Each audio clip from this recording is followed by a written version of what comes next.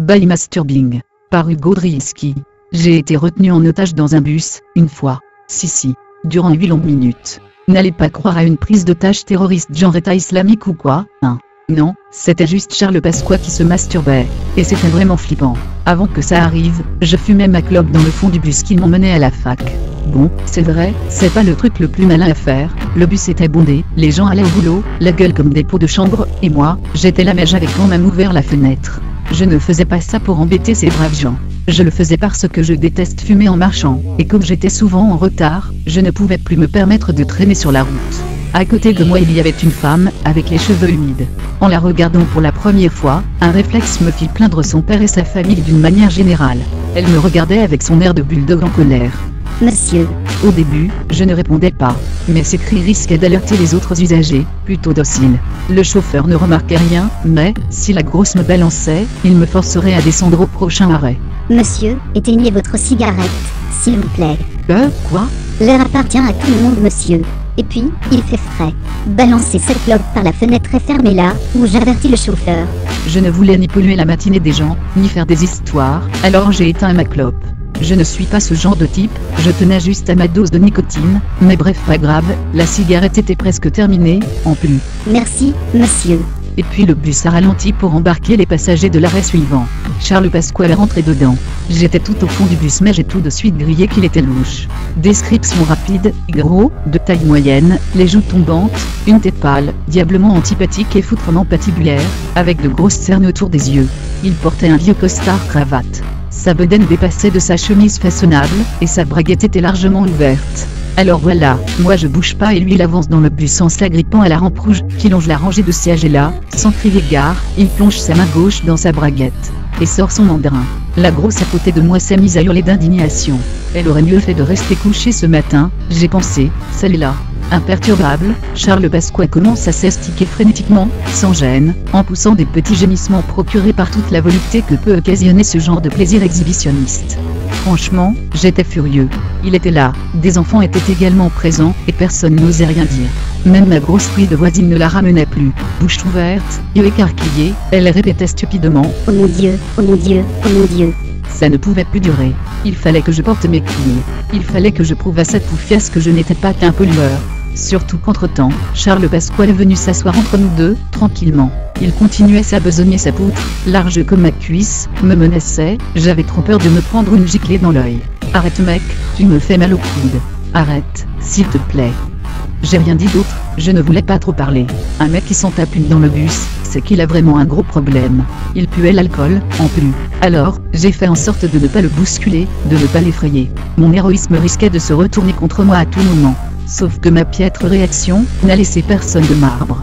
Pour éveiller la conscience des gens, il fallait un maître à penser. Et c'était moi. Il a raison. A dit le mec au bleu de travail, pour m'épauler. Arrêtez, monsieur Pasqua. Rangez-moi ce pénis. C'est inadmissible. Ajouta une vieille dame. Un brave homme tel que vous, voyons. Oui, je ne veux plus voir cette horreur. Ajouta ma voisine. Et forcément, il s'est passé ce qu'il devait se passer. Charles Pasqua a pété un câble. Il s'est levé. Je balisais à mort. Et il s'est mis à arpenter le couloir entre les deux rangées polissant de plus en plus vigoureusement. Il est revenu se placer juste devant moi. La froideur administrative qui coulait dans ses yeux me terrorisait. Fermez tous vos gueules. Je vais bientôt gicler. J'avais juste voulu être gentil, ne pas porter de jugement, laisser cet élu de la République à sa solitude, mais les autres ont complètement perdu leur sang-froid et ils m'ont contaminé.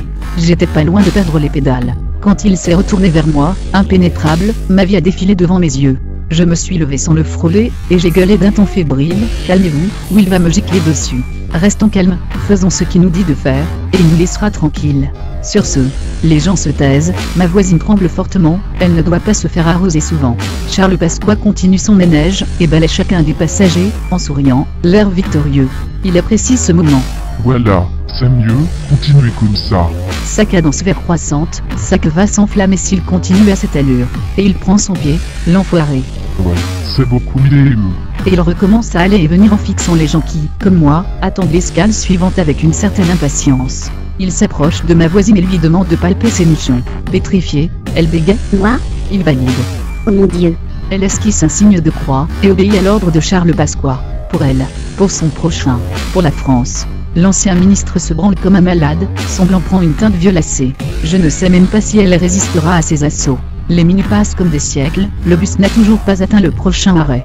Au loin, je vois le chauffeur qui passe un coup de fil à la police. Il se fait griller. Toi, le chauffeur, rentre-toi un doigt dans le cul. Le chauffeur hésite, il n'a pas l'air de prendre tout ça au sérieux. Sans doute à cause de l'accent du sud. Au summum d'une rage lubrique, qui semble ne jamais décroître, il réitère sa demande. Maintenant. Le chauffeur comprend qu'il n'a pas le choix. Il s'arrête au beau milieu de sa file réservée, se lève, baisse son pantalon et enfonce son index dans un cri de douleur virile. Toi, le gamin, Ordonne Charles Pasqua. rentre-lui ton parapluie dans le derrière. Le gosse, qui ne doit pas avoir 9 piges, ne sait pas quoi faire, il a peur, il pleure, je ne suis même pas sûr qu'il ait compris ce que lui demandait l'homme politique. Heureusement, le chauffeur a le sens du sacrifice. Vas-y gamin, enfonce-le d'un coup sec, n'aie pas peur. Bientôt, tout sera fini, je te le promets. Allez, vas-y, Mais, monsieur, vas-y. Hurle Pasqua. Du sang s'écoule de l'orifice profané.